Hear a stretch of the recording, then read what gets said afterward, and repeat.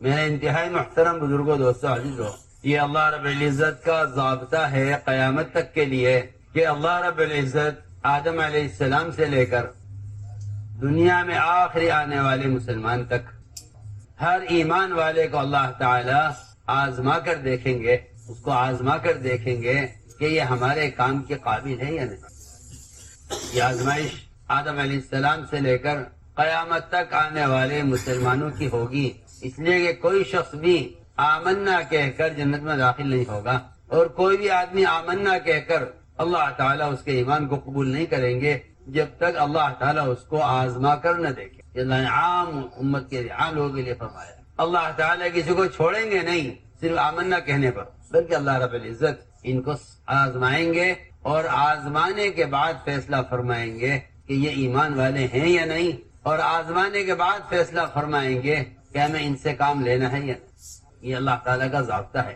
اللہ نے صاف فرما دیا قرآن میں، الف لام میم حسب الناس ان یترکوا ان یقولوا آمنا وهم لا یفتنون۔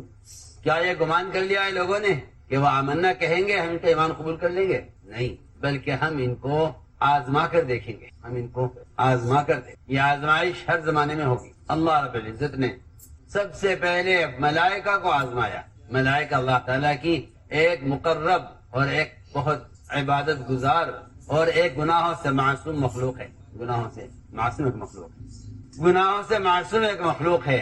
اللہ نے نہ آزمایا، اور آزمائی اس طرح ہوتی ہے کہ اللہ رب العزت اچانک حکم لاتے ہیں مخلوق کی حیثیت کے خلاف، مخلوق کی حیثیت کے خلاف۔ دیکھنا یہ ہے کہ اب تک عبادت جو کی ہے، اب تک جو ہمارا کام کیا ہے، اس سے ان کے اندر تواضع پیدا ہوئی یا کبر پیدا ہوا، ان میں عبدیت پیدا ہوئی یا ان کے اندر بڑائی پیدا ہوئی۔ اللہ تعالیٰ اس کو آزمانے کے لیے اچانک حکم لاتے ہیں حیثیت کے خلاف، حکم لاتے ہیں حیثیت کے خلاف۔ یہ بات بہت غور کرنے کی ہے، حکم لاتے ہیں حیثیت کے خلاف، دیکھنے کے لیے کہ ان کے اندر اب تک کی عبادت سے تکبر پیدا ہوا ہے یا تواضع پیدا ہوا۔ حیثیت تھی ابلیس کی، عقل کی حیثیت، علم کی حیثیت، عمل کی حیثیت۔ کیا عرض کروں آپ حضرات سے، اس زمانے میں بھی یہ بات ہے کہ علم کا کبر، عمل کا کبر انسان کے اندر پیدا ہوتا ہے۔ اس لیے کہ ترقی یہ نہیں ہے کہ آپ کام پابندی سے کر رہے ہیں، ترقی یہ ہے کہ اگر ہم آپ کے معمول کے خلاف کوئی حکم لے آئیں، آپ اس کو پورا کرتے ہیں یا نہیں کرتے۔ آپ اسے پورا کر دیں تو آپ کی ترقی ہے، آپ اسے انکار کر دیں تو آپ کی محرومی ہے۔ یہ نہیں کہ آپ اس جگہ رکے رہیں گے، یہ بات بہت غور کرنی۔ اگر آپ پورا کر دیں حکم تو ہم ترقی دیں گے آپ کو، اور اگر آپ نے انکار کر دیا ایک حکم کا تو آپ سارے احکام سے محروم کر دیے جائیں گے، جو آپ اب تک کر رہے تھے اس کے قابل بھی آپ نہیں رہے۔ یہ اللہ تعالیٰ کا جو حکم آتا ہے، یہ حکم آتا ہے سب سے پہلے حیثیت کے خلاف۔ چنانچہ اللہ تعالیٰ نے ملائکہ کو حکم دیا کہ آدم کو سجدہ کر، امر ہے اللہ کا، اور اللہ کا امر ہونا کافی ہے پورا کرنے کے لیے۔ اس کے لیے کوئی وجہ تلاش کرنا یا علت تلاش کرنا یا وجہ معلوم کرنا، اس کی کوئی گنجائش نہیں ہے، اس کی کوئی گنجائش نہیں۔ اچانک حکم آیا کہ سجدہ کرو آدم۔ اس میں ملائکہ کا امتحان تھا، چنانچہ تمام ملائکہ نے سجدہ کیا اللہ کے امر کی وجہ سے۔ یہ نہیں دیکھا کہ ہم پرانے ہیں یہ نیا ہے، ہم اعلیٰ ہیں یہ ادنا ہے، امر ہے اللہ۔ ابلیس نے انکار کر دیا، ابلیس نے انکار کیا۔ اس انکار کی کیا وجہ ہے؟ اس انکار کی وجہ یہ ہے کہ ہم اعلیٰ ہیں یا ادنا ہے، ہم پرانے ہیں یا نیا ہے، یہ انکار کی وجہ ہے۔ اس لیے کہ کسی حق بات کو قبول کرنے کے لیے سب سے بڑی رکاوٹ حسد بنتا ہے۔ حسد حق کو قبول کرنے سے انکار کرتے ہیں۔ بہت سے مشرکین محمد صلی اللہ علیہ وسلم کے بارے میں خوب جان گئے تھے کہ یہ نبی ہیں، لیکن اس حسد نے ایمان لانے سے روکے رکھا کہ نبوت انہیں کیوں ملی ہے۔ آپ بول، بہت سے مشرکین جانتے تھے کہ آپ نبی برحق ہیں، بہت سے یہود آپ کو اپنی کتابوں میں پڑھ کر جانتے تھے کہ ہاں یہ نبی آنے والے ہیں اور یہ وہی ہیں۔ صرف حسد نے ان کو روک دیا اسلام لانے سے۔ کتاب انہیں کیوں دی گئی ہے اور نبوت ان کو کیوں دی؟ بہت سے مشرکین کہتے تھے مکے کے کہ اگر محمد صلی اللہ علیہ وسلم ہمارے خاندان کے ہوتے تو ہم ایمان لے آتے، لیکن ہمارے خاندان میں نہیں، تمہارے خاندان میں، ہم ان کو قبول نہیں کریں۔ یہ غور کرنے کی بات ہے۔ سب سے پہلا جو انکار ہوا ہے اللہ کے امر کا، وہ انکار ہوا ہے حسد کی وجہ سے، انکار ہوا ہے حسد کی وجہ سے کہ انہیں درجہ کیوں دیا جائے۔ پہلی نافرمانی اللہ کے آسمان پر ہوئی ہے حسد کی وجہ سے. پہلا قتل زمین پر ہوا ہے حسد کی وجہ سے. اس لیے مجھے عرض کرنا ہے کہ اللہ تعالیٰ اچانک حکم لے آئیں اور وہ حکم آپ کے معمول کے خلاف ہوگا، حیثیت کے خلاف ہوگا. چنانچہ اللہ نے حکم دیا، ملائکہ نے سجدہ کیا، ابلیس نے انکار کیا کہ نہیں میں ان کو سجدہ نہیں کروں. اس لیے کہ حسد وہ خیر سے اس لیے محروم کر دیتا ہے کہ حسد کرنا اللہ تعالیٰ کی تقسیم سے اختلاف کرنا ہے. حسد کرنا اللہ کی تقسیم اللہ کی ہے، تقسیم اللہ کی ہے، تقسیم اللہ کی ہے. اللہ نے فرمایا ہے، قرآن میں سوال کیا لوگوں سے، کیا اللہ کی رحمت کو یہ تقسیم کریں گے؟ اللہ اپنی رحمت کو خود تقسیم کرتے ہیں. تو میں نے عرض کیا یہ سب سے پہلی بات یہ ہے کہ اللہ تعالیٰ حکم لائیں گے حیثیت کے خلاف آزمانے کی. اگلی بات یہ ہے کہ اللہ تعالیٰ امتحان لیں گے انبیاء علیہ السلام کا. میں نے قرآن کی آیت پڑھی تھی کہ اللہ نے ابراہیم علیہ السلام کو چند صفات میں آزمایا. ابراہیم علیہ السلام نے ان صفات کو اندر پورا کر کے دکھلا دیا، پورا کر کے فَأَتَمَّهُنَّ ابراہیم علیہ السلام نے ان صفات کو پورا کر کے دکھلایا. وہ 15 خصلتیں ہیں جن کو قرآن نے بیان کیا. وہ 15 خصلتیں ہیں جن کو قرآن نے بیان کیا ہے. ابراہیم علیہ السلام نے انہیں پورا کر کے دکھلایا. تو کیونکہ انبیاء علیہ السلام کی آزمائش ہوتی ہے، اچانک حکم آتا ہے اور یہ حکم انبیاء علیہ السلام کے اپنی چاہت جذبے کے خلاف آتا ہے. ہر نبی کی یہ چاہت ہوتی ہے کہ اس کے کام کو اور اس کی ذمہ داری کو اس کی اولاد سنبھالے. وہ انبیاء علیہ السلام اولاد کے طالب اس لیے ہوتے ہیں تاکہ ان کے دین کی اور ان کے کام کی حفاظت ہو. اللہ سے اولاد طلب کی، ربنا لیقیموا الصلاۃ، کہ اللہ اولاد چاہیے جو تیرے دین کو دنیا میں قائم کرے. اللہ نے اولاد دی. اسماعیل علیہ السلام جب کسی قابل ہونے لگے تو اچانک حکم آیا کہ ان کو ذبح کرو. اچانک حکم آیا ان کو ذبح کرو. ٹھیک ہے، حکم ہے، اچانک حکم آیا ان کو ذبح کرو. بیٹے سے کہا کہ اللہ کا حکم ہے تمہیں ذبح کرنے کا، تم اپنے بارے میں خود غور کرو. یہ نہیں فرمایا کہ میرا حکم ہے ذبح ہو جاؤ، یعنی تم اپنے بارے میں خود غور کرو. تمہارا ذبح ہونا اللہ کے امر سے ہے، یہ تمہارا ذبح ہونا میرے حکم سے. انظر ماذا ترى، یہ میں کہتا ہوں کہ یہ اخلاص کی تعلیم کا جملہ ہے. یہ اخلاص کی تعلیم کا ایک جملہ ہے، اخلاص کی تعلیم کا جملہ ہے یہ.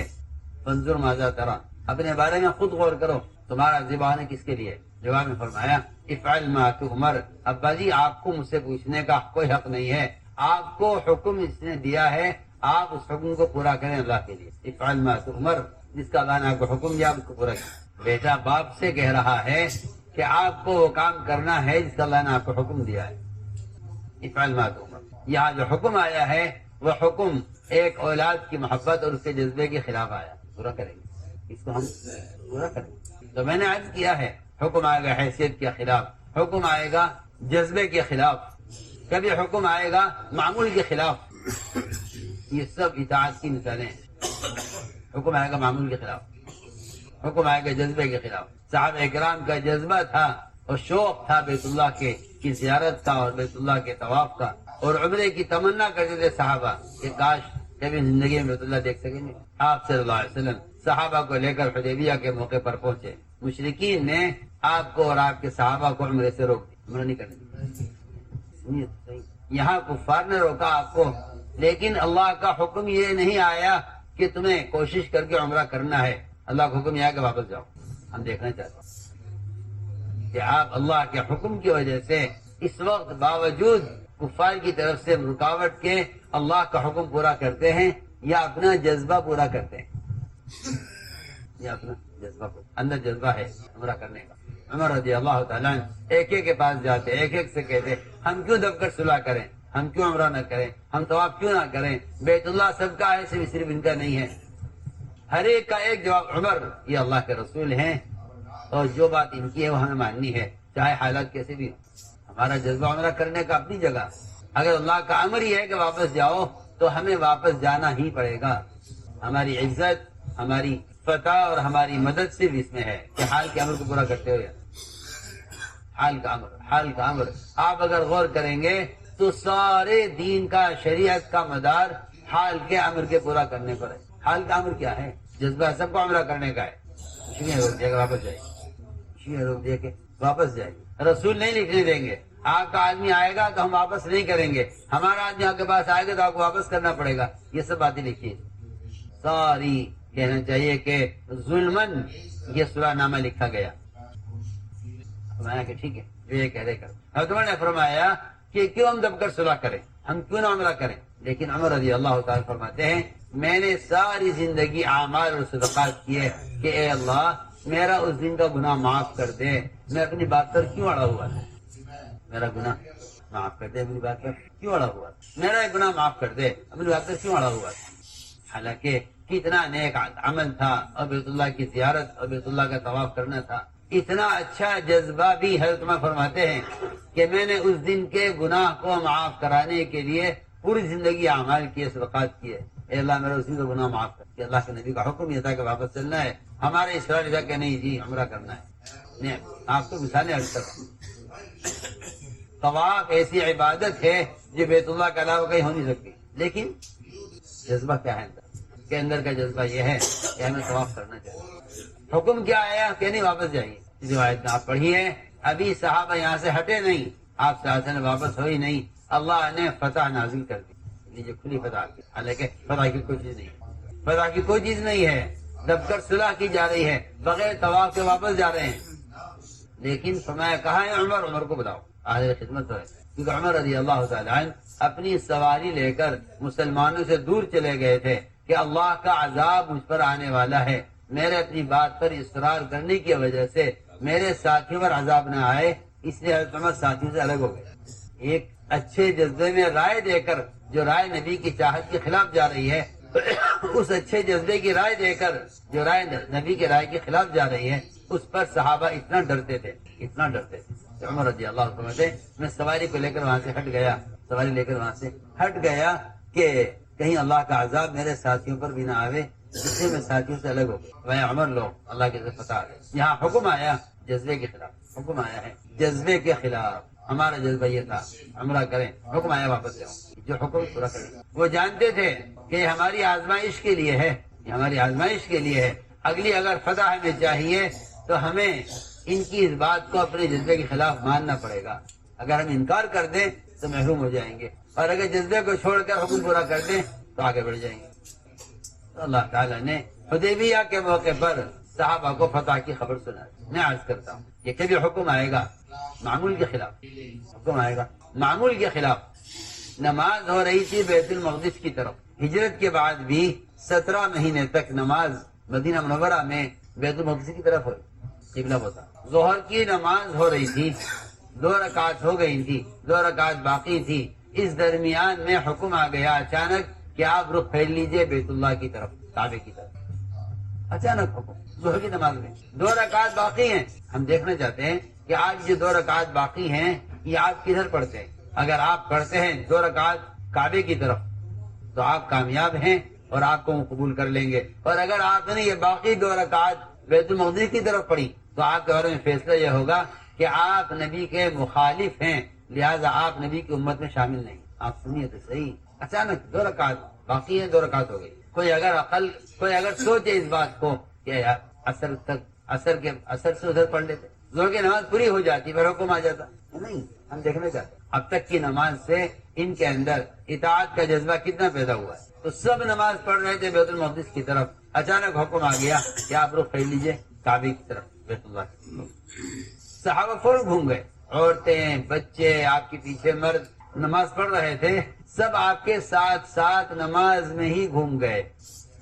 یہ حال کے امر کو ٹالا نہیں جا سکتا، حال کے امر میں تاخیر نہیں ہو سکتی۔ اب 3 قسم کے لوگ، کفار، یہود، منافقین، ان تینوں نے اعتراض کیا۔ کفار نے کہا ہمارے قبلے کی طرف کیوں آیا، یہودی نے کہا ہمارا قبلہ کیوں چھوڑا آپ نے، منافقین نے کہا ان کا کوئی ایک طریقہ نہیں ہے، کبھی کچھ کرتے ہیں کبھی کچھ کرتے ہیں، یہ کسی ایک راستے پر جمتے نہیں ہیں، یہ صبح شام اپنے طریقے بدلتے رہتے ہیں۔ آخر اعتراض کرنے والے محروم اس لیے ہو جاتے ہیں کہ وہ حال کے امر کو یہ کہہ کر چھوڑ دیتے ہیں کہ جو پہلے ہو رہا تھا وہی ہوتا رہتا، اس کی کیا ضرورت تھی بدلنے کی، جیسے چل رہا تھا چلتا رہتا۔ جی ہاں، بیت المقدس کی طرف نماز ہو رہی تھی، نہ ہوتی رہتی، اس کو تبدیل کیوں کیا؟ اللہ اس کا جواب دے رہے ہیں کہ ہم نے قبلے کو تبدیل اس لیے کیا ہے تاکہ ہم یہ دیکھیں کون نبی کا اتباع کرتا ہے اور کون نبی کے اتباع سے رخ پھیرتا ہے۔ یہ نہیں کہ بھائی یہ بھی تو اللہ کا گھر ہے، یہ بھی تو قبلہ ہے، یہ بھی تو قبلہ رہا ہے، اگر یہ قبلہ رہے یہ بھی رہے، جدھر چاہے پڑھ لو نماز، کیا نہیں، یہ نہیں ہو سکتا۔ امت کا اجتماعی طور پر پوری دنیا میں ہر فرد کا ایک رخ ہو، ہم نے اس لیے قبلے کو تبدیل کیا ہے۔ ہم دیکھنا چاہتے ہیں کہ کون نبی کا اتباع کرتا ہے اور کون پہلے قبلے پر جم کر نبی کے طریقے سے انکار کرتا ہے۔ اچانک حکم آتا، یہ حکم آیا ہے معمول کے خلاف چھٹائی کرنے کے لیے، کون نبی کا اتباع کرتا ہے اور کون نبی کے اتباع سے انکار کرتا ہے۔ نماز یہ بھی پڑھیں گے، روزہ یہ بھی رکھیں گے، زکوٰۃ یہ بھی دیں گے، مگر اگر ان کا رخ اللہ کی عبادت کرنے میں نبی کے رخ کے مطابق نہیں ہے تو یہ اپنی ایڑیوں کے بل پلٹ جانے والے ہیں، انکار کرنے والے ہیں۔ عرض کر رہا کہ یہاں حکم آیا معمول کے خلاف، یہاں حکم آیا معمول کے خلاف۔ کسی کے مجالے کوئی کہہ دے کہ جی 2-4 دن اور پڑھ لیتے ہیں یا ایک نماز اور پڑھ لیں، یا صرف 2 رکعت پوری کر لیں پھر پڑھ لیں گے، ادھر نہیں، 2 رکعت بھی اب پڑھنا معصیت ہے بیت المقدس کی طرف۔ کیوں؟ اس لیے کہ حکم آ گیا کہ آپ رخ پھیر لیجئے کعبے کی طرف، بیت اللہ کی طرف۔ یہاں حکم آیا معمول کے خلاف چھٹائی کرنے کے لیے۔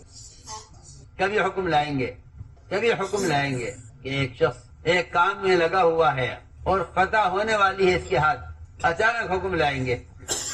عمر رضی اللہ تعالیٰ نے حضرت خالد کو معزول کیا، اچانک وہ میدان میں کام کر رہے تھے، کام کرتے جب بالکل ان کے ہاتھ پر فتح ہونے لگی، اچانک حکم آ گیا کہ آپ جھنڈا چھوڑ دیجئے، دوسرے کے حوالے کر دیجئے، آپ کو عمارت سے معزول کیا جاتا ہے۔ ہم دیکھنا چاہتے ہیں اطاعت کتنی ہے۔ ایک عورت جس کو کوڑ کا مرض تھا، اس کی انگلیوں سے اور اس کے اعضاء سے خون بھی نکلتا تھا اور زخم تھے، وہ اس طرح بیت اللہ کا گھسٹ کر طواف کیا کرتی تھی زمین پر، لوگوں کو اذیت ہوتی تھی۔ عمر رضی اللہ فرمائے اس عورت سے کہ اللہ کے بندی طواف چھوڑ دے، گھر بیٹھ جا، تیرے طواف سے لوگوں کو اذیت ہوتی ہے، میرا حکم ہے تیرے لیے کہ طواف چھوڑ۔ اس عورت میں طواف کا کتنا شوق ہوگا جو اس بیماری کے ساتھ بیت اللہ کا طواف کر رہے ہیں۔ کیا کہ طواف امیر کا حکم تھا، اس نے طواف کرنا چھوڑ دیا، گھر بیٹھ گئی۔ جب حضرت عمر کی شہادت ہو گئی، حضرت عمر کو شہید کر دیا گیا، لوگوں نے اس سے کہا کہ جس نے تجھے طواف سے روکا تھا وہ دنیا سے چلا گیا ہے، چل تو طواف کر، اب تجھے کوئی روکنے والا نہیں ہے۔ اس عورت نے کہا یہ نہیں ہو سکتا کہ میں امیر کی اطاعت کروں اس کی حیات میں اور نافرمانی کروں اس کے مرنے کے بعد، یہ نہیں ہو سکتا۔ یہ جذبہ طواف کا، لیکن حکم امیر کا یہ کہ طواف چھوڑ دو، امیر کا حکم یہ کہ طواف چھوڑ دو، میں طواف چھوڑ دوں۔ لوگوں نے کہا اس سے کہ جا طواف کر، تجھے کوئی روکنے والا نہیں ہے۔ انہوں نے کہا یہ نہیں ہو سکتا کہ میں امیر کی اطاعت کروں اس کی حیات میں اور نافرمانی کروں اس کے مرنے کے بعد، یہ نہیں، میں طواف نہیں، کیونکہ جو وجہ تھی وہ باقی ہے، امیر کا حکم اپنی جگہ باقی ہے۔ میں عرض کرنا چاہتا ہوں بے شمار مثالیں ہیں جس میں انبیاء کو اور صحابہ کو آزمایا گیا ہے اطاعت میں، اس لیے جذبے کو پورا کر لینا حکم کے خلاف یہ خواہش ہے، اور جذبے کو چھوڑ دینا حکم پر یہ اطاعت ہے۔ یہ فرق ہے دونوں میں۔ مثال کرتا ہے، شریعت میں شکار کی ایک شکل ہے جسے کہتے ہیں کلب معلم، سدھایا ہوا شکاری کتا۔ لوگ کتے پالتے ہیں شکار کے لیے اور اس کتے کو بھیجتے ہیں شکار پر، وہ دوڑ کر طاقت سے شکار کو پکڑ لیتا ہے اور اللہ کے مالک کے حوالے کر دیتا ہے۔ سوال یہ ہے کہ اس کا شکار کب حلال ہو سکتا ہے؟ دھیان سے بات، اس کے شکار کب حلال، اس کا شکار کب حلال ہو سکتا ہے؟ کیونکہ اس کے شکار کا حلال ہونے کے لیے 3 چیزیں لازمی اور ضروری ہیں۔ پہلی بات تو یہ ہے کہ اس کتے کو شکار پر جب چھوڑا جائے تو کتے کا مالک بسم اللہ پڑھ کر چھوڑے، اگر اس نے جان بوجھ کر بسم اللہ نہیں پڑھی ہے تو شکار حرام ہے، ایک بات۔ دوسری شرط یہ ہے کہ جب یہ شکار کو چھوڑے، جب یہ کتے کو چھوڑے شکار کی طرف اور یہ کتا شکار کو پکڑ لے تو یہ اس میں سے خود نہ کھائے، لا کر مالک کو دے۔ اگر اس نے کھا لیا اس میں سے تو یہ شکار حرام ہو جائے گا، مالک کے لیے حرام، مالک کے لیے حرام۔ کیوں؟ اس لیے کہ اس کتے کے اندر امانت داری نہیں ہے۔ آپ سوچیں تو صحیح، اگر ایک کتا امانت دار نہیں ہے تو اس کا شکار مالک کے لیے حرام ہو جاتا ہے۔ اگر کوئی انسان مخلوقات اگر یہ خیانت کرتا ہے اللہ کے مال میں اور خیانت کرتا ہے مخلوق کے مال میں تو پھر اس کا عمل قابل قبول کیسے ہو جائے گا؟ جب ایک کتے کا امانت دار ہونا شرط ہے شکار کا حلال ہونے کے لیے۔ دوسری شرط یہ ہے، تیسری شرط یہ ہے کہ جب آپ نے کتے کو دوڑایا شکار کے پیچھے، یہ دوڑ رہا تھا شکار کے پیچھے، ابھی قریب پہنچنے کو تھا، اچانک آپ نے آواز دے کر کتے کو روک دیا، کتے کو آپ نے روک دیا، یہ آپ کی آواز سنتے ہی وہی رک جائے تو شکار کو چھوڑ دے، اس پر حملہ نہ کرے، مالک نے منع کر دیا۔ اگر یہ کتا آپ کے اشارے پر رک جاتا ہے تب تو اس کتے کا شکار حلال ہو سکتا ہے، اور اگر یہ آپ کے اشارے پر رکتا نہیں ہے اور آپ کی مخالفت کرتا ہے آپ روک رہے ہیں مگر وہ جا کر حملہ کرتا ہے تو یہ شکار آپ کے لیے حلال نہیں. آپ نے کتے کو بھیجا شکار، وہ دوڑ رہا تھا شکار کے پیچھے، اچانک آپ نے آواز دی اس کو روکنے کے لیے، اگر وہ رک جاتا ہے آپ کی آواز پر تو یہ اطاعت کرنے والا کتا شمار ہوگا. اور اگر وہ آپ کی آواز پر رکتا نہیں ہے، اپنی مرضی چلاتا ہے، آپ کے روکنے سے رکتا نہیں ہے، تو اس کتے کا شکار آپ کے لیے حلال نہیں، کیونکہ یہ کتا آپ کا فرما بردار نہیں نکلا. آپ سنیے تو صحیح میں کیا کہہ رہا ہوں. اگر کتا نافرمان ہے انسان کے لیے تو پھر اس کا شکار حلال نہیں. اگر مسلمان نافرمان اللہ کے اوامر میں تو پھر اس کے اعمال قابل و قبول کیسے ہوگا؟ سیدھی بات. یہ ہیں مثالیں حال کے عمل کو پورا کرنے کی. حضور اکرم صلی اللہ علیہ وسلم نے ایک صحابی کا امتحان لیا. ایسے صحابی جو پورے مدینہ منورہ میں اپنے باپ کی سب سے زیادہ خدمت کرنے والے، سب سے باپ کے ساتھ صلہ رحمی کرنے والے، سب سے زیادہ اپنے باپ سے محبت کرنے والے تھے وہ تمام صحابہ. آپ نے اچانک ان کو پکڑا، اچانک اے بھائی آؤ، کیا بات کہ جاؤ اپنے باپ کا سر کاٹ کر لاؤ، جاؤ اپنے باپ کا اتنا فرمایا، صرف جاؤ اپنے باپ کا سر کاٹ. کیا غلطی ہے، کیا جرم ہے، کیا وجہ ہے؟ کچھ نہیں. فرمایا جاؤ اپنے باپ کا سر کاٹ کر. یہ صحابی دوڑے فوراً دور چلے گئے. ہاں یہاں اٹھا جا رہے، کیا آپ کا حکم ہے میں باپ کا سر لے کر آتا ہوں؟ آپ کا حکم ہے نا، میں تو نہیں آپ سے پوچھوں گا کہ کیا وجہ ہے. اللہ، اگر ابراہیم علیہ السلام اللہ کے امر کی وجہ سے اسماعیل کو ذبح کر رہے اور وہ تیار ہیں، محمد صلی اللہ علیہ وسلم کا ایک امتی ایسا ہے کہ اگر نبی کا حکم اس کے اپنے باپ کے سر لانے کا ہے تو وہ پوچھے گا نہیں، نبی سے پوچھے گا نہیں کہ کیا وجہ ہے. جس سے نبی اللہ سے نہیں پوچھ رہے کہ بیٹے کو ذبح کرنے کی کیا وجہ ہے. وہ تو معصوم ہے بالکل. بچہ تو معصوم ہے، بڑے آدمی سے تو کوئی غلطی ہو بھی سکتی ہے. انہوں نے بھی نہیں پوچھا کہ اصلا کیا وجہ ہے، کیا میرے باپ کا سر منگوا رہے ہیں، بتائیے میں لے آؤں گا، مجھے وجہ بتا دی. اس زمانے کا مسلمان دین کے احکام کی وجہ معلوم کرنا چاہتا ہے کہ یہ حکم کس وجہ سے ہے، اس کی کیا ضرورت ہے. اور آپ غور کر لیجئے کہ ایک صحابی کو سے آپ فرمائیں باپ کا سر لے کر آؤ، وہ دوڑے. میں کہاں جا رہے، کیا آپ کا حکم ہے؟ میں تو پوچھوں گا نہیں کہ کیا وجہ ہے. فرمایا نہیں، ہاں آؤ، ہم دیکھنا چاہتے تھے کہ تمہیں باپ سے محبت زیادہ ہے یا ہم سے محبت زیادہ. آپ بول کیا جذبہ، کتنی فطری محبت باپ سے فطری محبت ہے. مگر ہم امتحان لیں گے کہ آپ کو محبت ہم سے زیادہ ہے یا باپ سے زیادہ. تو میں نے عرض کیا کہ حال کا امر اچانک آئے گا، ہم دیکھیں گے کہ آپ حال کے امر کو پورا کرتے ہیں. احد کا موقع تھا. آپ نے فرمایا صحابہ اکرام سے کہ دیکھو تم 50 آدمیوں کو اس پہاڑ پر رہنا ہے، یہاں سے ہٹنا نہیں.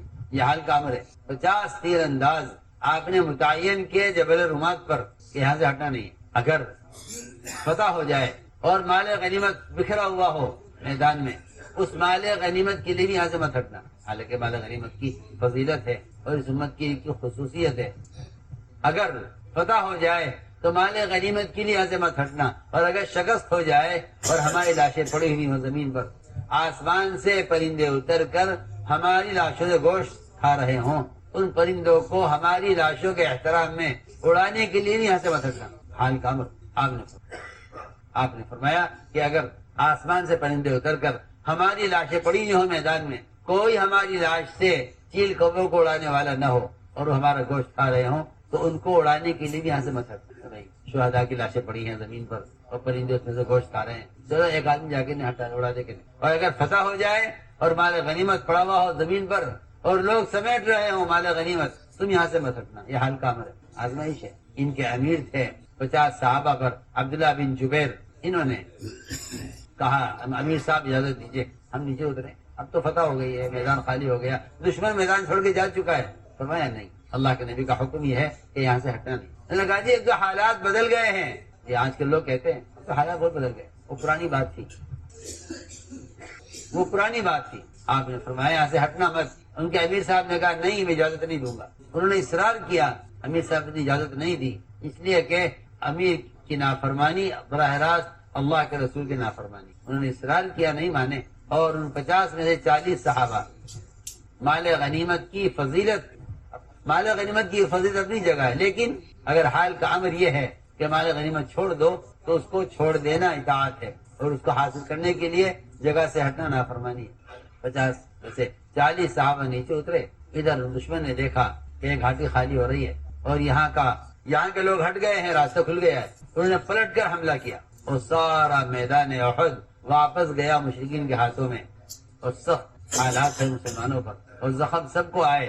اللہ کے نبی صلی اللہ علیہ وسلم کی کہ قتل کی خبر اڑ گئی میدان میں، اور صحابہ کے حوصلے پست ہو گئے، ہمتیں ٹوٹ گئی۔ میں ایک مثال دے رہا ہوں، حال کے امر کو چھوڑ دیا مال غنیمت کی وجہ سے۔ اس کا نقصان یہ ہوا کہ سارا میدان فتح ہونے کے بعد، مسلمانوں کے ہاتھوں میں آنے کے بعد، پورا میدان واپس گیا مشرکین کے ہاتھوں میں۔ ایسی لڑائی گھمسان کی ہوئی، صحابہ نے صحابہ کو قتل کیا، نہیں تھا کون اپنا ہے کون پرایا ہے، کیونکہ جب اجتماعیت ٹوٹ جائے گی اور اطاعت ختم ہو جائے گی تو مسلمان میں پہچان بھی ختم ہو جائے گی۔ اس واقعے سے ایک صحابی کو قتل کیا، ایک صحابی پیچھے ان کے بیٹے چیخ رہے حضرت حذیفہ کہ میرے والد ہیں یبان، ان کو قتل نہ کرو، یہ تو صحابی ہیں، کچھ نہیں سنا، پتہ ہی نہیں کون ہے یہ جگہ۔ جب مسلمان اور کفار آپس میں مل گئے تو کسی کو پتہ نہیں تھا کون غیر کون اپنا۔ جہاں اطاعت نہیں رہے گی وہاں اجتماعیت نہیں رہے گی، جہاں اجتماعیت نہیں رہے گی وہاں مسلمان کی پہچان ختم ہو جائے گی۔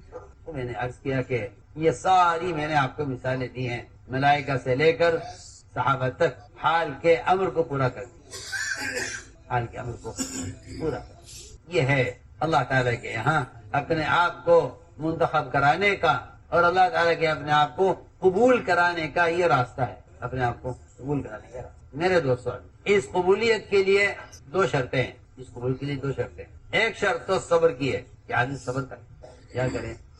صبر کرے۔ ایک شرط تو صبر کی ہے کہ بندہ صبر کرے، بندہ صبر کرے، اور دوسری شرط یہ ہے کہ اپنے اندر صفات قبولیت پیدا کرے، صفات قبولیت پیدا کرے۔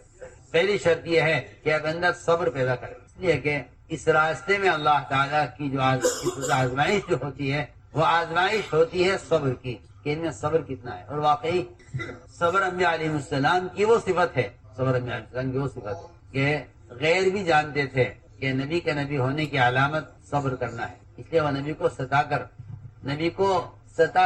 کر یہ دیکھنا چاہتے تھے کہ یہ نبی ہے یا نہیں۔ یہ بات یاد رکھو کہ اللہ کی طرف سے نصرت کی ابتدا وہاں ہوتی ہے جہاں اذیت کی انتہا ہوتی ہے، جہاں اذیت کی انتہا ہو جائے وہاں سے نصرت کی ابتدا ہوتی ہے، جہاں اذیت کی جہاں انتہا ہو جاتی ہے وہاں سے مدد کی ابتدا ہوتی ہے۔ اور ہمارا حال یہ ہے کہ ہم اذیت کی ابتدا سے ہی مدد کے طالب ہو جاتے ہیں، اگر مدد ہو گئی تو ٹھیک ہے، ورنہ کام چھوڑ کر بیٹھ جائیں۔ شکایت کرتے ہیں لوگ، شکایت، ہمارے ساتھ یہ ہو گیا، ہمارے ساتھ یہ ہو گیا، ہمارے ساتھ یہ ہو گیا۔ میں حیران ہوتا ہوں، عجیب بات ہے، اس راستے میں چلنے کا پیٹرول صبر ہے، چلنے کا پیٹرول وہ صبر ہے۔ جس کا صبر ختم ہو جائے گا اس کا سفر ختم ہو جائے گا۔ میرا یہ مشاہدہ ہے، جس کا ختم ہو جائے گا صبر ختم ہو جائے گا نا، اس کا اس راستے کا سفر ختم ہو، میدان چھوڑ دے گا۔ آپ دیکھ لیجئے، جو گاڑی روڈ پر بند ہو جاتی ہے اس کو روڈ سے ہٹا دیا جاتا ہے کہ آپ دوسری گاڑی کی رکاوٹ نہ بنیے، آپ ایک طرف ہو جائیے۔ سنیے، جو گاڑی روڈ پر بند ہو جاتی ہے اس کو دھکا دے کر راستے سے ہٹایا جاتا ہے۔ سنو میں کیا کہہ رہا ہوں، اس کو راستے سے کیسے دھکا دے کر ہٹاؤ اس کو راستے سے، کیونکہ یہ اس کا صبر نہ کرنا اور اس کا نہ چلنا یہ دوسروں کے لیے رکاوٹ بن رہا ہے۔ میں بہت بنیادی بات کرتا ہوں کہ جو صبر نہیں کریں گے اللہ ان کو راستے سے ہٹا دیں گے۔ ہماری بات پر توجہ دینا کہ صبر ایسی لازمی چیز ہے کام کے ساتھ، جس طرح گاڑی کے چلنے کے لیے پیٹرول لازمی چیز۔ لوگ لمبے راستے پر اگر چلتے ہیں تو اپنے ساتھ زائد تیل لے کر چلتے ہیں کہ راستے میں کہیں پیٹرول پمپ نہیں ہے تو تیل لے کر چلنا، بڑے ٹرک ہوتے ہیں تیل لے کر چلتے ہیں کہ راستے میں کہیں پیٹرول پمپ، اگر تیل ختم ہو گیا تو گاڑی نہیں چلے گی۔ میں کہنا چاہتا ہوں کہ اگر صبر ختم ہو گیا تو پھر صبر کب تک ہے، اس کے لیے حدیث میں کوئی مدت متعین ہوئی ہو، 2 سال 4 سال 6 سال۔ ابو ذر غفاری رضی اللہ تعالیٰ عنہ سوئے ہوئے تھے مسجد میں، آپ نے اٹھا کر پوچھا ابو ذر مسجد میں کیوں سو رہے ہو؟ آج کیا میرا کوئی گھر نہیں ہے، مسجد میں سو رہے، مسجد میں کہ میں نے کوئی گھر نہیں بنایا۔ تو میں اے ابو ذر، تمہیں مدینے والے مدینے سے نکالیں گے تم کیا کرو گے؟ کہ ملک شام چلا جاؤں گا۔ ملک شام سے نکالیں گے پھر کیا کرو گے؟ کہ مدینے میں آ جاؤں گا واپس۔ میں مدینے سے تمہیں پھر نکالا جائے گا پھر کیا کرو گے؟ کہ جب مجھے یہاں کے عمراء ستائیں گے زیادہ تو اب میں تلوار لے کر ان کا مقابلہ کروں گا۔ تو میں نہیں ابو ذر، درگزر کرتے رہنا اور معاف کرتے رہنا اور صبر کرتے رہنا یہاں تک کہ میری تمہاری ملاقات حوض کوثر پر ہو جائے۔ کہاں تک صبر؟ جی ہاں، حضرت کو سب تک صبر. ہاں لوگ سوال کرتے ہیں کب تک ہم کب تک صبر کریں. لوگ سوال کرتے ہیں ہم صبر کب تک کریں. لوگ صبر کے لیے دن گنتے ہیں، حالانکہ اس راستے کا صبر ایسا ہے کہ کوئی آدمی اس میں سال بھی نہیں گن سکتا کہ کتنے سال صبر کرے. سیدھی بات ہے کہ صبر کب تک ہے؟ موت تک. صبر کب تک؟ موت تک. اس لیے ہم نے عرض کیا کہ اللہ تعالیٰ کی طرف سے آزمائش ہوتی کہ ان میں صبر کتنا ہے. غیر جانتے تھے، یہود اپنی کتابوں کے اندر پڑھا کرتے تھے کہ ایک نبی آئیں گے، محمد صلی اللہ علیہ وسلم آخری نبی ہوں گے، ان کی یہ صفات ہوں گی، یہ صفات ہوں گی. اس میں لکھا ہوا تھا یہود کی کتابوں میں کہ ان کے اندر ایک صفت ہے صبر کی، ایک صفت ہے حلم و بردباری کی. ان کو ستایا جائے گا تو وہ برداشت کریں گے، اور اگر ان کو اذیت دی گئی تو وہ بدلہ نہیں لیں گے. چنانچہ روایت میں ہے کہ زید بن ثعلبہ جو یہود کے بڑے عالم تھے، آپ کے بارے میں اپنی کتابوں میں پڑھا اور آپ کی تلاش میں نکلے اور آپ سے ملاقات ہوئی. آپ کا چہرہ دیکھتے ہی سمجھ گئے کہ ہاں یہ وہی ہیں جن کو اپنی کتابوں میں پڑھا. لیکن ان کے اندر ایک صفت صبر کی ہے، اور وہ صبر کی صفت کا ہمیں اندازہ نہیں ہو سکتا جب تک ان کو ستایا نہ جائے. جب تک ستایا نہ جائے. اب سنیے تو داعی کے داعی ہونے کی علامت ہے یہ، نبی کا نبی ہونے کی علامت ہے یہ. ان کو ستائے بغیر معلوم نہیں ہوتا کہ یہ دین کے داعی ہیں اور یہ نبی ہیں. ان کو ستا کر دیکھا جائے. روایت میں آتا ہے کہ زید بن ثعلبہ آپ کے سامنے بیٹھے ہوئے تھے، اچانک ایک جگہ سے تقاضا آیا، فلاں علاقے کے مسلمان جو نئے مسلمان ابھی اسلام میں داخل ہوئے تھے وہ پریشان ہیں، ان پر قحط سالی آ گئی ہے، ان کی مدد کے لیے مال کی ضرورت ہے. یہ بیٹھے ہوئے تھے، ان کو موقع اچھا لگا، انہوں نے کہا کہ انہیں قرض دو، پھر وقت سے پہلے اپنا قرض کا ان سے مطالبہ کریں. زید بن ثعلبہ نے آپ کو مال پیش کیا کہ میں آپ کو یہ سونا دیتا ہوں بطور قرض کے، آپ یہ لیجئے، اور مجھے اتنی کھجوریں اس تاریخ میں اس کے بدلے میں دیجیے. تاریخ طے ہو گئی اس قرض کی ادائیگی کی. آپ نے وہ سونا قرض لیا ان سے اور وہ مسلمانوں کی مدد کی. یہ زید بن ثعلبہ ٹور میں لگے ہوئے تھے کہ کوئی ایسا موقع ملے کہ میں ان کے ساتھ زیادتی کروں تاکہ مجھے پتہ تو چلے کہ یہ نبی ہیں یا نہیں. وقت گزرتا گیا، 3 دن باقی تھے قرض کے ادا کرنے کے. اچانک آپ صلی اللہ علیہ وسلم بقی میں تھے، یہ اچانک آئے سامنے سے زید بن ثعلبہ اور آپ کا گریبان پکڑا اور آپ کو دھکا دیا دیوار کے ساتھ، اور آپ کو الزام دیا کہ تم قریشی ٹال مٹول کرتے ہو، قرضہ وقت ادا نہیں کرتے. حالانکہ بھی 3 دن باقی تھے. آپ کو دھکا دیا، آپ سے سخت لہجے میں بات کی، آپ کے گریبان پکڑا. تمہارا یہ منظر دیکھ رہے تھے اور تمہوں نے تلوار نکالی اور فرمایا ایسا اجازت دے دیجئے کہ میں اس یہودی کو قتل کروں. اس یہودی کو میں قتل کر اجازت. آپ نے فرمایا کہ عمر یہ تم نے کیا کیا؟ دیکھو یہ بہت سمجھنے کی بات ہے. امت میں جتنا فتنہ اور فساد ہے اپنے حمایتی کو ابھارنے کی وجہ سے. لوگ اپنے حمایتی کو ابھارتے ہیں، اپنے حمایتی کو اپنا محسن سمجھتے ہیں، اپنے حمایتی کی تائید کرتے ہیں، اپنے حمایتی کا ساتھ دیتے ہیں اور تیار کرتے ہیں اسے اپنے دشمن کے لیے. صحیح میں کیا کہہ رہا ہوں؟ تیار کرتے ہیں اسے. حالانکہ اس کام کو اصول ہے کہ دشمن کو نوازو، دشمن کو نوازو اور حمایتی کو دباؤ. ایک آدمی آپ کی حمایت کرے تو آپ کو چاہیے کہ اپنے حمایتی کو دبا کر رکھے، اور جو آپ کو ستا رہا ہے آپ اس پر احسان کریں، اس کو قریب کریں. آپ نے بجائے اس کے کہ آپ عمر کو کہتے کہ بھئی تم میرے آدمی ہو، دیکھو تم نے میرا ساتھ دیا ہے، اس کے خلاف آپ صلی اللہ علیہ وسلم نے حضرت عمر رضی اللہ عنہ فرمایا عمر یہ تم نے کیا کیا؟ تمہیں چاہیے تھا کہ مجھ سے کہتے کہ میں اس کا حق ادا کروں، اور اس کو تم اسلام میں اپنے حق کا مطالبہ کرنے کا طریقہ بتلاتے کہ اسلام میں اپنے حق کا مطالبہ کرنے کا طریقہ یہ ہے. عمر تم نے کیا کیا؟ عمر تم نے غلط کیا ہے کہ تم اس کو تلوار کی دھمکی، جاؤ اس کو لے جاؤ، ابھی 3 دن باقی ہیں قرض کی ادائیگی میں، مگر ابھی لے جاؤ اور اس کو اس کا قرض دے دو، اور اس کے قرض ادا ہونے کے بعد اس کو 70 کلو کھجوریں اور زیادہ دینا. 70 کلو بتلانا ہے نا کہ ہم نبی ہیں، بتلانا ہے نا ہمیں کہ ہم نبی ہیں. نبی اپنا تعارف صرف اپنی علامتوں سے نہیں کرتے، نبی اپنا تعارف اپنے مزاج سے کرانا چاہتے. نبی کا مزاج کیا ہے؟ فرمایا ان کو لے جاؤ، ان کو ان کا حق دو اور 70 کلو کھجوریں زیادہ دینا. کیوں زیادہ دینا؟ کہ تم نے اس کو قتل کی دھمکی دی ہے، تمہاری غلطی ہے. اس کی غلطی کا کوئی ذکر نہیں ہے، اس کی غلطی کا کوئی تذکرہ نہیں. اس نے کیا کیا؟ ان کو لے جاؤ، ان کو ان کا حق دو اور 70 کلو کھجوریں زیادہ دے. لے گئے وہاں، ان کو ان کا حق دیا، قرضہ پورا ادا ہو گیا. جب سارا قرضہ ادا ہو گیا تو تمہارے نے 70 کلو کھجور اور دی. یہ کیا؟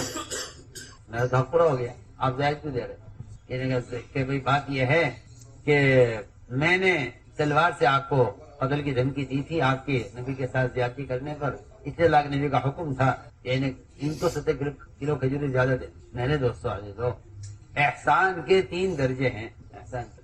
احسان کرنے کے 3 درجے ہیں. ایک سب سے گھٹیا درجہ ہے، سب سے ادنا درجہ ہے، جس کو میں اور آپ سمجھتے ہیں کہ یہ بہت اعلیٰ درجہ ہے احسان کا. اس زمانے میں گھٹیا درجہ اعلیٰ بنا ہوا ہے. ادنا درجہ احسان کا سب سے اونچا درجہ بنا ہوا ہے. اس کو میں اور آپ احسان سمجھتے. وہ یہ کہ کوئی ہم پر احسان کرے تو ہم اس پر احسان کریں. اس کو ہم سمجھتے ہیں کہ یہ احسان کا اعلیٰ درجہ ہے، حالانکہ یہ احسان کا سب سے گھٹیا درجہ ہے.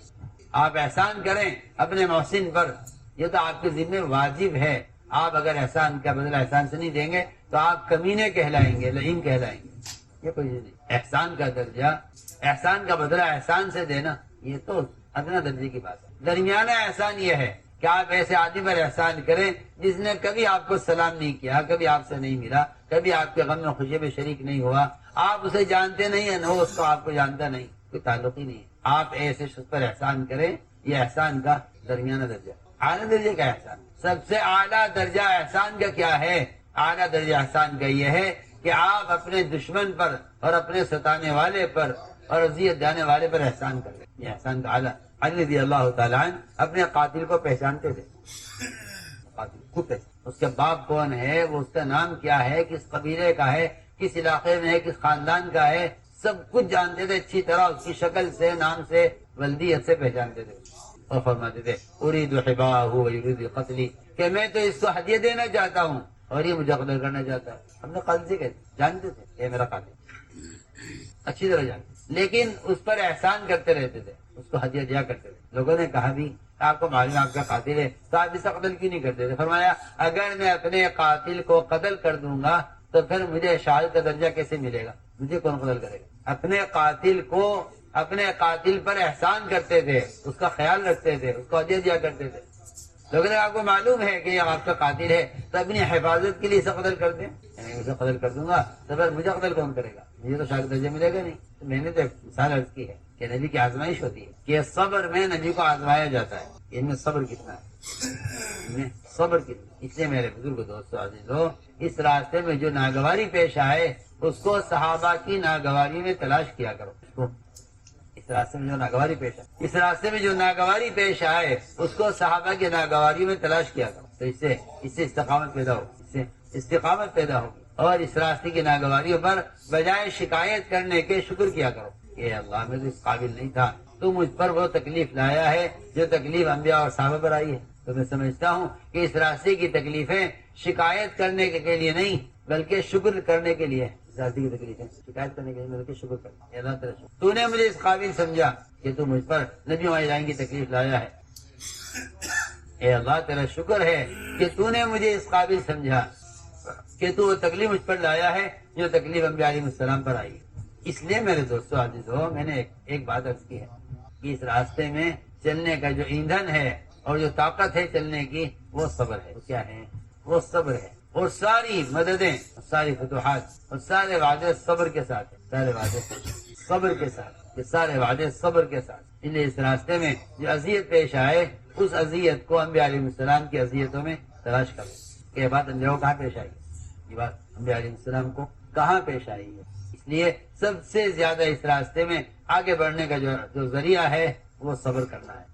وہ صبر کرنا ہے. تو اللہ تعالیٰ کا وعدہ ہے کہ اگر تم نے صبر اختیار کیا اور اللہ سے ڈرتے رہے تو پھر جتنی باطل اقوام میں تمہارا کوئی نقصان نہیں کر سکے گی. وَإِن تَصْبِرُوا وَتَتَّقُوا لَا يَضُرُّكُمْ كَيْدُهُمْ شَيْئًا إِنَّهُ مَن يَتَّقِ وَيَصْبِرْ.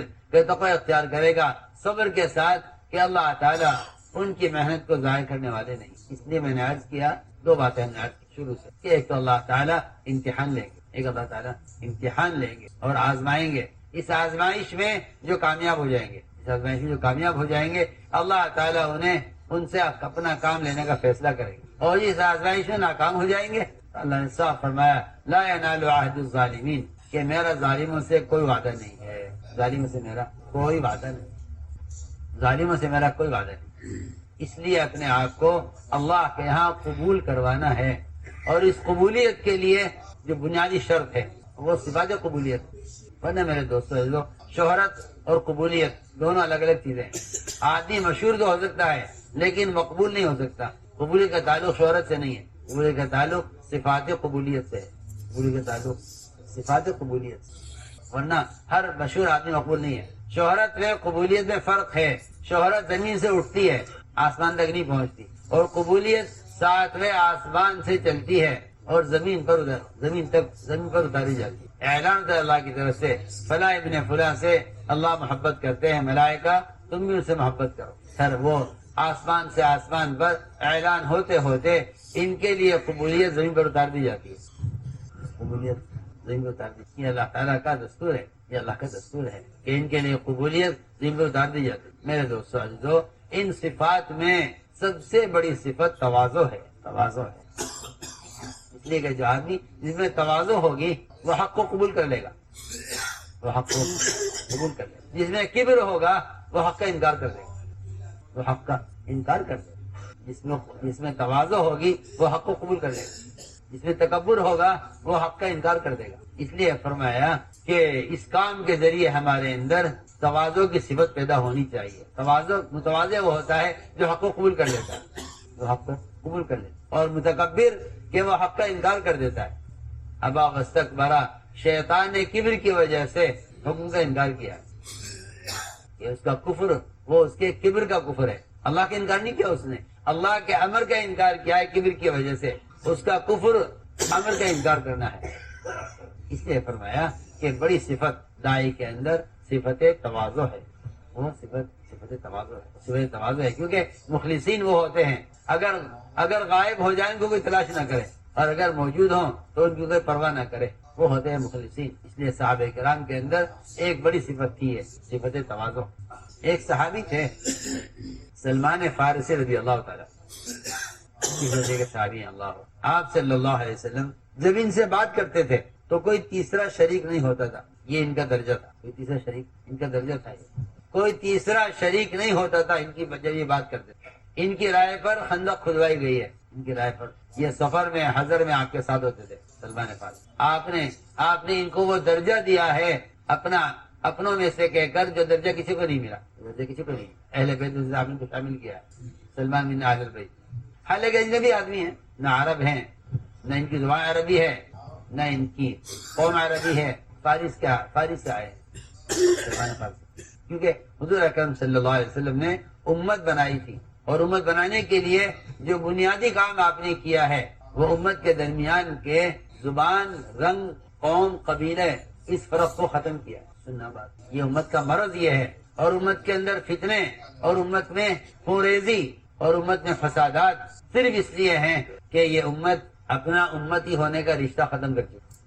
امت کا رشتہ، اللہ، امت کسے کہتے ہیں؟ امت سارے مسلمان بھی امت ہیں، اور ایک تنہا مسلمان بھی امت ہے، ایک تنہا مسلمان بھی امت ہے۔ امت کسے کہتے ہیں؟ امت کا اصل ترجمہ اور امت کا اصل مطلب بیان کیا ہے عبداللہ بن مسعود رضی اللہ تعالیٰ عنہ، اور فرماتے ہیں کہ امت کا مطلب ہے الذی یعلم الناس الخیر، لوگوں کو بھلی بات سکھلانے والا امت ہے۔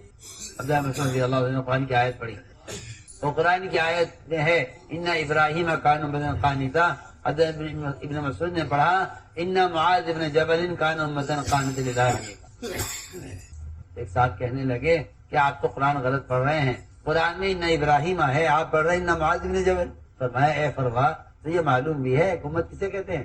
امت کہتے ہیں الذی یعلم الناس الخیر، جو لوگوں کو بھلی بات سکھلائے وہ امت ہے، لوگوں کو بھلی بات سکھلائے وہ امت ہے۔ اس زمانے میں سب سے بڑا امت کی ناکامی اور امت کے مغلوب ہونے کا سبب یہ ہے کہ یہ امت رنگوں میں اور زبان میں اور قبیلوں میں اور قوموں میں تقسیم ہو گئی ہے۔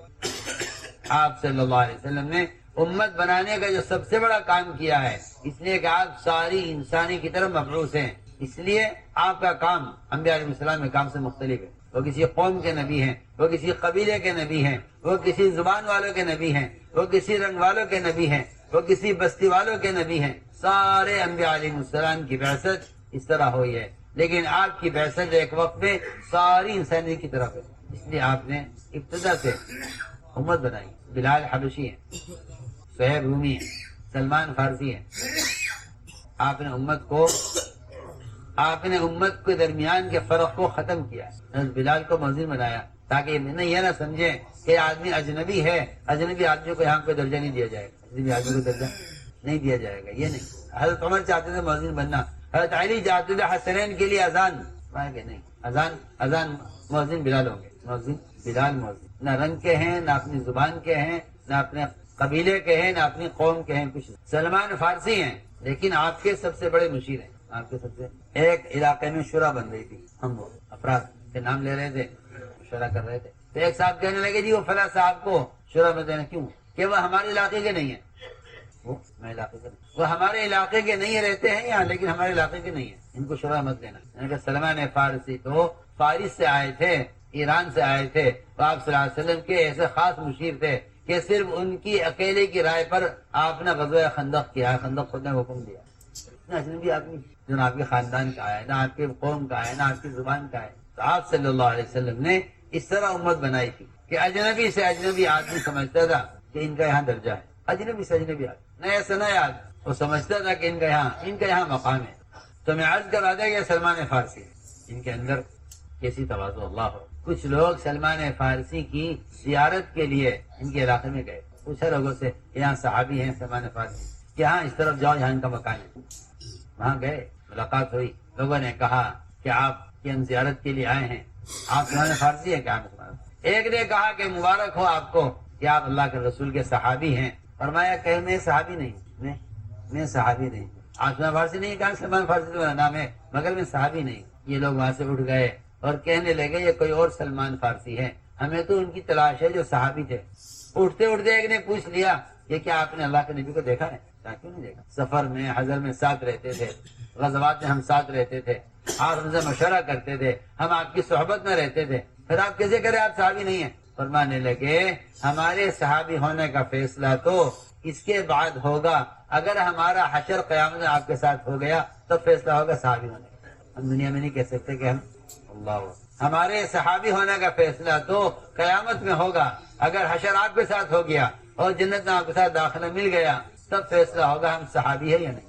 یہاں ہم کچھ نہیں کہتے۔ میرے دوستو عزیزو، ایسی تھی صحابہ میں تواضع، ایسی صحابہ میں تواضع تھی۔ تو میں نے عرض کیا ہے بڑی صفت ہے یہ صفت تواضع، کہ متواضع آدمی حق کو قبول کر لے گا، متواضع آدمی حق کو قبول کر لے گا۔ اور اگر کبر ہے تو میں آپ کو صاف بات کر دیتا ہوں، مشورے میں اصرار بھی جو ہوتا ہے وہ تکبر کی وجہ سے ہوتا ہے کہ نہیں جی ہمیں تو یہ کرنا ہے، ہمیں تو یہ کہنا ہے، تو یہی کرنا ہے۔ منافقین میں تکبر ہوا کرتا تھا، اس لیے عبداللہ بن ابی بن سلول نے احد کے موقع پر اصرار کیا تھا، ہماری تو رائے یہی ہے کہ ہم مدینے میں رہ کر لڑیں گے، احد کے میدان میں ہم نہیں جائیں گے، ہماری رائے نہیں، اگر ہمیں رائے پر عمل کریں گے آپ کے ساتھ دیں گے، اگر ہمیں رائے پر عمل نہیں کریں گے ہم آپ کے ساتھ نہیں دیں گے۔ یہاں سے دو جماعتیں بنی ہیں، ایک جماعت آپ صلی اللہ علیہ وسلم کے ساتھ احد کے میدان میں اتری 700 صحابہ کی، اور 300 صحابہ وہ منافق کی رائے پر سے متاثر ہو کر وہ رک گئے۔ بڑھیا تھوڑا بچہ کر اس نے اصرار کیا کہ نہیں ہماری رائے یہی ہے، لیکن کبر ہوگا اور تکبر کی وجہ سے اصرار ہوتا ہے۔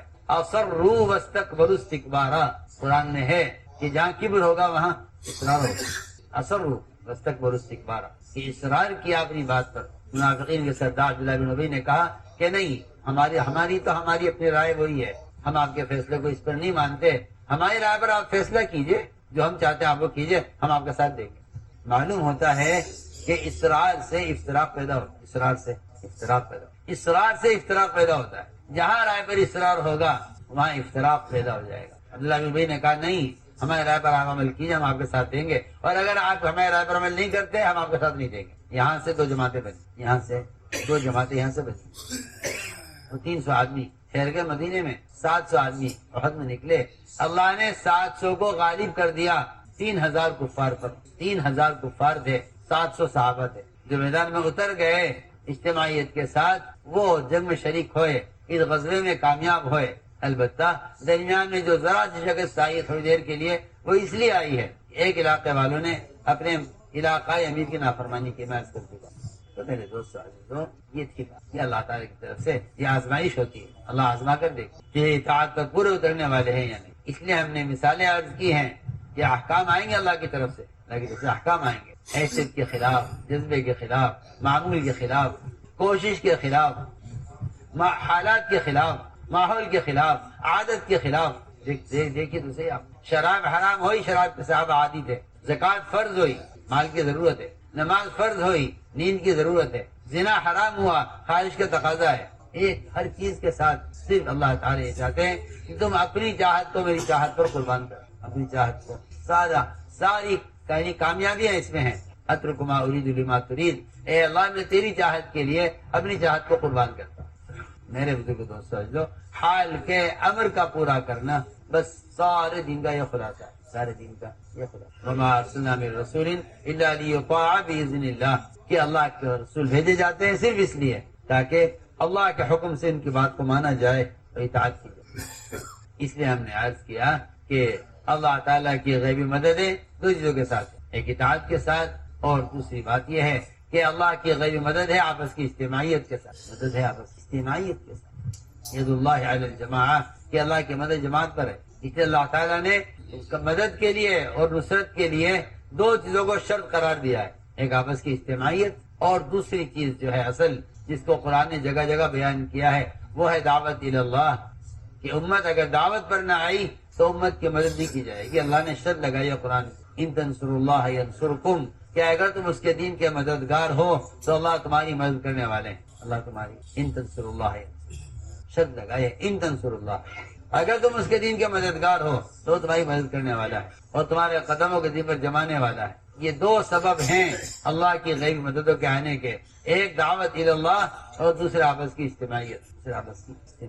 یہ دو سبب ہیں اللہ کی غیبی مددوں کے آنے. اس لیے اگر غور کریں سیرت میں تو سب سے زیادہ غیبی نصرتیں وہ انفرادی دعوت پر ہے. غیبی نصرتیں انفرادی دعوت، غیبی مددیں ساری انفرادی دعوت پر ہے. آپ صلی اللہ علیہ وسلم آپ سفر ہجرت میں تھے، آپ نے ڈاکوں کو دعوت دی. دونوں ڈاکو بجائے اس کے نعوذ باللہ آپ پر حملہ کرتے، آپ کو لوٹتے، دونوں کے توبہ کی، دونوں اسلام میں داخل. آپ نے سفر میں ایک دیہاتی کو دعوت دی، اس نے آپ سے گواہ طلب کیا کہ آپ کی رسالت پر، اللہ کی توحید پر کون گواہ ہے؟ فرمایا درخت گواہی دے گا. درخت کھڑا ہوا ہے صاحب، درخت چلتا ہوا آیا، اس نے آ کر 3 مرتبہ گواہی دی. یہ غیبی نصرتیں ہیں کہ جس سے باطل یا حق کو قبول کر لیتا ہے یا باطل راستے سے ہٹ جاتا ہے. باطل راستے سے ہٹ جاتا ہے. اللہ تعالیٰ کا یہ دستور ہے، یہ اللہ کا دستور ہے. اس لیے میرے بزرگ دوستو عزیزو، داعی کے پاس دعوت سے بڑھ کر کوئی دفاعی قوت نہیں ہے. سب سے بڑی دفاعی طاقت مسلمان کے پاس اپنے دین کی دعوت ہے. دین کی دعوت سب سے بڑی دفاعی طاقت اپنے دین کی دعوت. اس لیے ہمیں اس کا اپنے آپ کو پابند بنانا ہے. اپنے آپ کو اس کا پابند بنانا ہے. اپنے آپ کو اس کا پابند بنانا ہے کہ جو صفات ہم سے مطلوب ہے اللہ تعالیٰ کو، وہ صفات پیش کرو، وہ صفات پیش کرو. ورنہ میرے دوستو عزیزو، نسبت کا حاصل ہونا کوئی کمال نہیں ہے. نسبت تو بہت آسانی سے مل جاتی.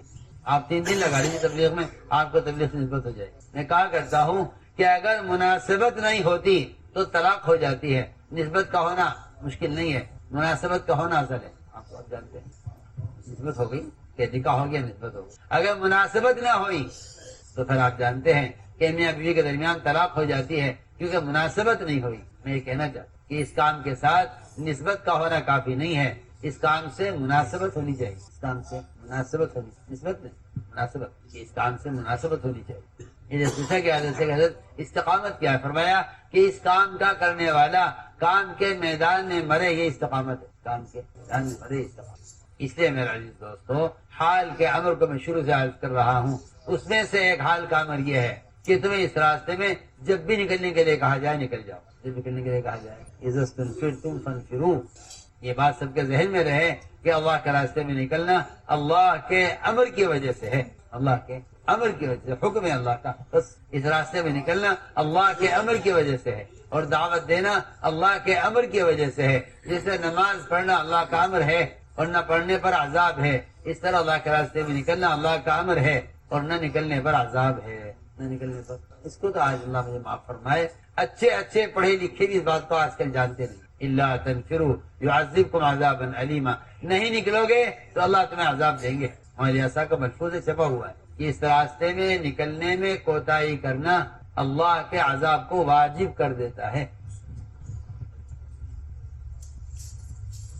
اس راستے میں نکلنے میں کوتاہی کرنا اللہ کے عذاب کو واجب کر دیتا ہے. آج تو مسلمانوں میں اس کا تصور بھی نہیں ہے. لوگ یہ سمجھتے ہیں کہ وہ قتال کے نکلنے کے لیے ہیں وعیدیں، حالانکہ ایسا ہرگز نہیں. بے شمار قرآن کی آیتیں اور بے شمار حدیثیں ایسی مل جائیں گی آپ کو اگر آپ دھیان سے پڑھیں کہ جہاں قتال کا ذکر بھی نہیں ہے، قتال کا شبہ بھی نہیں ہے، بلکہ صحابہ خود کہہ رہے ہیں کہ کوئی قتال ہونے والا بھی نہیں ہے، اگر نہیں نکلو گے تو عذاب آ جائے گا، نہیں نکلو گے تو عذاب صرف قتال چھوڑنے سے نہیں آتا، بلکہ عذاب دعوت کے چھوڑنے سے آتا ہے۔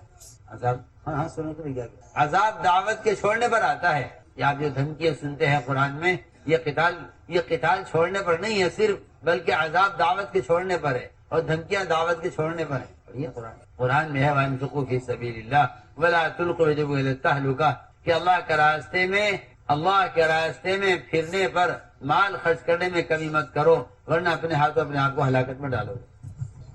یہ آیت جب نازل ہوئی جب صحابہ کرام نے کچھ عرصے کے لیے مدینے میں رہنے طے کیا تھا، مقامی کام کے ساتھ، کچھ کاروبار، کچھ تجارت، کچھ اپنے ذاتی کام دیکھنے کے لیے، اس پر آیت نازل ہوئی۔ صحابہ خود فرماتے ہیں اس آیت کے نازل ہونے کے وقت صحابہ خود فرماتے ہیں کہ اب کوئی قتال بھی ہونے والا نہیں ہے، اسے نکلنا ضروری ہے، کیونکہ نکلنا اللہ کے بندوں تک اللہ کے دین کے پیغام کو خود پہنچانا، یہ اللہ کا حکم ہے، یہ اللہ کا حکم ہے۔ اس حکم میں کوتاہی کرنا یہ اللہ کے عذاب کو واجب کر دیتا ہے۔ اس لیے میرے دوستو عزیزو، اس کام کو اللہ کا امر سمجھ کر کرو، اس کام کو اللہ کا امر سمجھ کر کرو، یہ کام اللہ کا امر ہے۔ اور نکلنا اور پھرنا یہ تو دعوت کا قوام ہے، نفر کے بغیر تو تبلیغ کا کوئی تصور ہی نہیں ہے، نفر کے بغیر تبلیغ کا کوئی تصور نہیں ہے۔ میں آپ سے اللہ کی قسم کھا کر کہہ سکتا ہوں کہ اگر آپ نقل و حرکت کے بغیر اسلام پھیلانا چاہتے ہیں تو پھر آپ اسلام پھیلائیں گے آلات کے ذریعے، کتابوں کے ذریعے، اخبار رسائل کے ذریعے،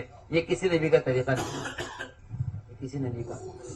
بلغ ما انزل من ربک، آپ خود پہنچائیے، ان لم تفعل فما بلغت رسالتہ، اگر آپ نے خود نہیں پہنچایا تو آپ نے رسالت ادا نہیں کیا۔ پڑھیے آپ نے فرمایا میں اس راستے میں نکلوں قتل کیا جاؤں، پھر زندہ کیا جاؤں، پھر نکلوں پھر قتل کیا جاؤں، پھر زندہ کیا جاؤں، پھر نکلوں پھر قتل کیا جاؤں۔ بڑھیا، اس لیے میں عرض کر رہا ہوں کہ نقل و حرکت اور خروج اس کے علاوہ اور کوئی ذریعہ امت تک دین کے پہنچانے کا نہیں ہے، اس لیے کہ اللہ نے انسان کے علاوہ کسی اور چیز کو ذریعہ ہدایت نہیں بنایا، اللہ نے بنایا ہی نہیں، آپ کیسے بنا لیں گے؟ اللہ نے انسان کے علاوہ کسی مخلوق کو ہدایت کا ذریعہ نہیں بنایا۔